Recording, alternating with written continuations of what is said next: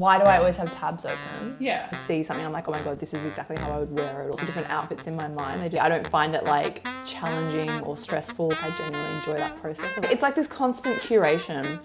What pieces would all work well together. Like a little collection and like, all it takes is like a fucking shoelace on a shoe.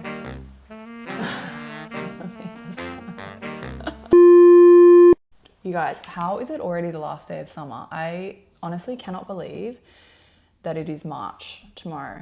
I mean, January felt like it just went on forever and now summer's over and autumn is here.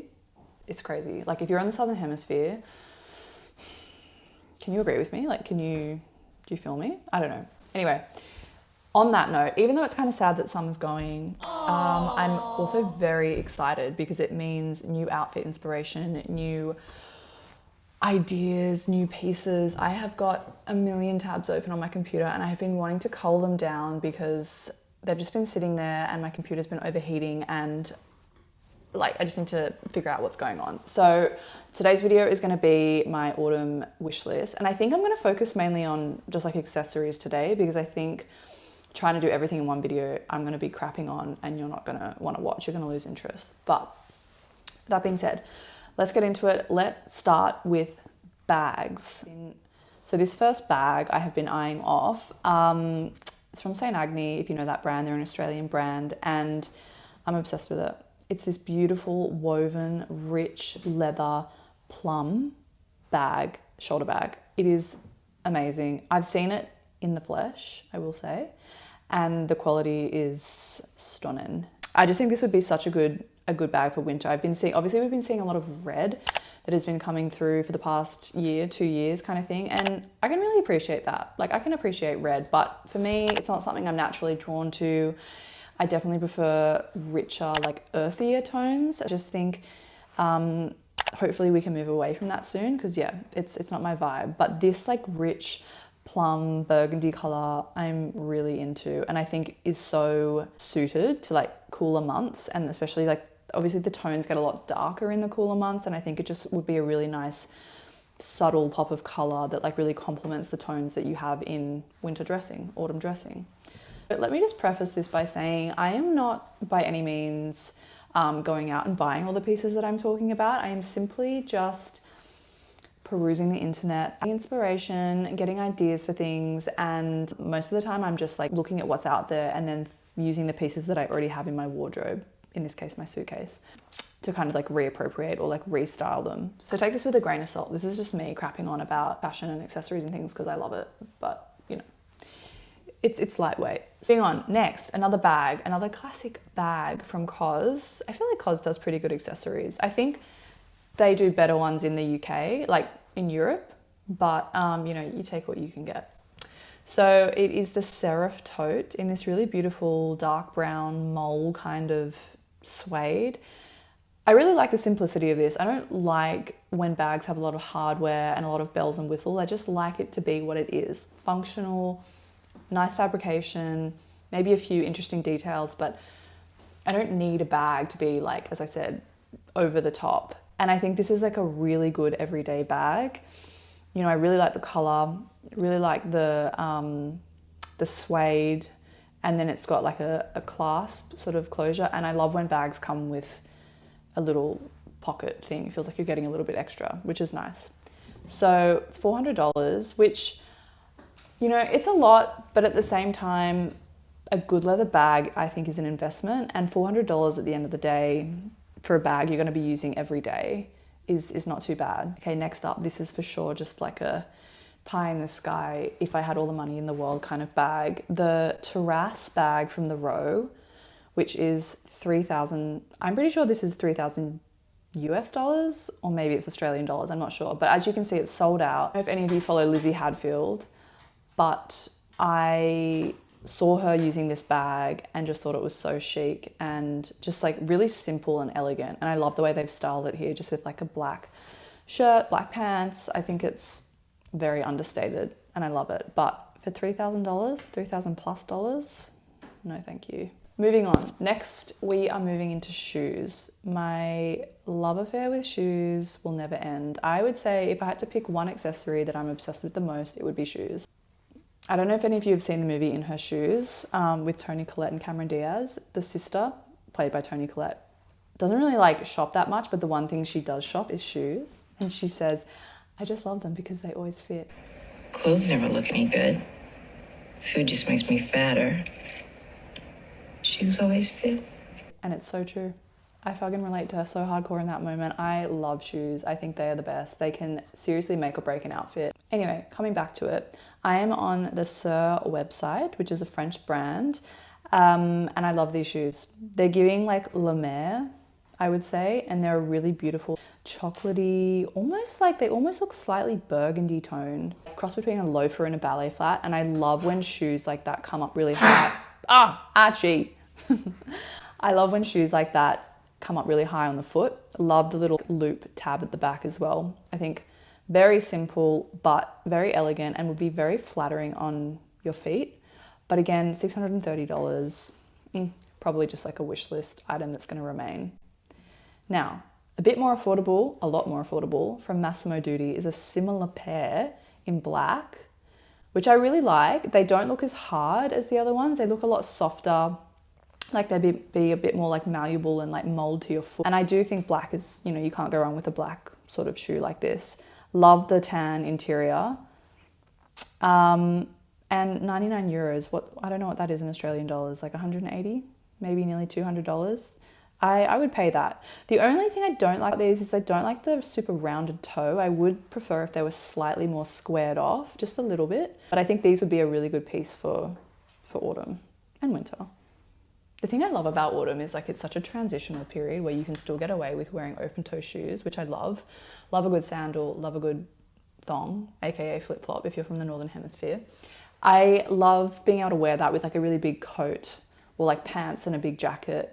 I think it's nice in autumn because you can, it's getting cold and like you do need to wear some warmer layers and coats and things, but it's not so cold that you're like needing to wear fully enclosed shoes and gloves and beanies and scarves. So it's, again, that very transitional period, which I think is fun to play with because you can still kind of get away with wearing some of your warmer weather items. I love these shoes from the Row. I saw Neela Mahuja, she's also on YouTube. She does like the Row reviews. She collects different pieces and kind of tries them out and talks about them. And I love watching them because it's just so luxe and, one day. But these shoes I really loved, and they're not necessarily something that I would naturally go for, but there was something about them that's not super like saccharine, that's not like super like sweet and like little girl. It's got a bit of an edge to it. And I think that's kind of the matte leather and like that really nice kind of squared off toe, as opposed to like that very like school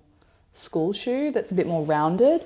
Obviously, again, I'm surprised that these are $1,000. I honestly thought they would be more. Just those with like a big coat, a really cool bag. That's a nice outfit right there. Lastly, on the shoe wish list is boots.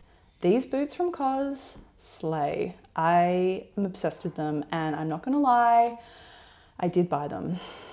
I did buy them a few months ago because I bought them like full from the UK COS website. I like freak out that the European COS is going to get like all the good stuff and we get all the dud stuff in Australia. And I bought these boots from the website and got a forwarding company to ship them to Australia, which was a costly exercise, and I do not recommend that you do it. I'm going to show you. Knee-high boots. Oh my God.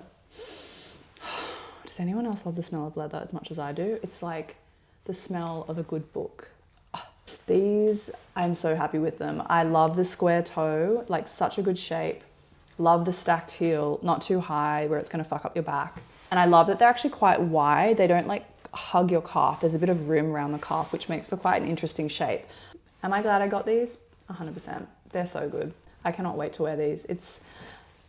I wore them once on some rogue day in the middle of summer. I'm pretty sure it was my birthday. Yeah, it was my birthday. Good boots are a hard thing to find, so well done, COS. Let's talk about jackets. I, for so long, have wanted like a really good leather jacket, but they're expensive. I've never really found one that I've really loved. I feel like unless you have the budget for it, you're kind of stuck with, I guess, high street brands. Nothing wrong with that, but I just haven't found one that's really like aligned with my taste. Oh my God, sorry, hiccups. But then I saw this one from Cordera, which I thought was so nice. I think the shape is so good. I love the black. It's like a pea coat sort of shape. I love the color of the shearling collar with the black leather, but then I realized it's actually faux leather. So I think that's actually kind of a lot to pay for something that's not real leather, and I just don't know how warm it would be in comparison to a genuine leather jacket. But props to them because I really love the style of it. I think it looks great. The leather jacket to end all leather jackets for me is this one from Cawley Studios. Oh my God. It's so good. Oh my God, it's so good. It's actually like, this is everything I've been looking for in a leather jacket. I love the shape of it. I love the big pockets. I love the double zip, the color of the lining, the shearling collar, and I'm pretty sure the whole thing internally is lined in shearling, which is insane. I just think they did so well, and I've been hearing such good things about Cawley Studios, like the quality. Gotta wait 5 or 6 weeks once you do order it. I just think it's a really flattering fit and something that you would have forever. This is not something you would ever sell or get rid of, I feel, and I just think it's so good, and I love it, and it's so chic and classic. That with just like big like grey scarf, those boots, a little skirt or something would be so nice. Like, that's just classic. Lastly, to end the video, I'm just going to quickly talk about this suede jacket from the French brand Soeur, which I love. I saw it online a lot when it first came out and didn't really like take much notice of it, but I've seen that it's now sold out online and it's coming back apparently in April. I emailed them. I think this is just like a classic suede jacket. You know, it's again very simple. I really like the big buttons. I think the color of the suede is really good, which is one thing that I think a lot of people don't get right. It's not always like the best color. It might be slightly too light or too dark. I don't like it when it's really dark. But this is like the perfect sort of balance between something modern and something from the 70s. I think it's got a really good collar on it, like the big pockets, very flattering, looks great on the model. $1,300. Again, it's a lot for sure. But if you're looking for an investment piece, I think it would be worth it. Anyway, I tried to turn that out as quickly as I could because there's so much more I could say, but I just wanted to like get through the pieces. I think accessories are a really good thing for basing outfits on. Like, you know, if you have a really good bag, like the first one I showed you from St. Agni with a really beautiful color, I think that can just spark so much creativity in your outfits. And I think when you have these unique kind of pieces as accessories, it really helps you to build out your wardrobe. I think people fall into the trap a lot of the time buying pieces for just like one outfit, and then oftentimes these days people don't want to wear the same outfit twice. So if you can buy pieces that are like interchangeable and will work through different seasons even, or with different outfits, then I think that's the way to go. So I'm going to try and be more intentional with my purchases this autumn/winter. I haven't experienced winter in Melbourne before, but I've heard that it's Arctic. So if you're from Melbourne and you have any advice on pieces that you think I should buy, other than like thermals, like do I need gloves? Do I need a beanie? Do I need fucking earmuffs? I don't know, but I mean, I'm gonna find out, but it would just be good to be prepared. So I hope you guys enjoyed this video. As I said, I could have crapped on even more, but I might do a part 2 if it's something that you're interested in. And good luck, enjoy the last day of summer. Hopefully the warm weather stays around a little bit longer, but if not, it's okay. I'll see you in the next one.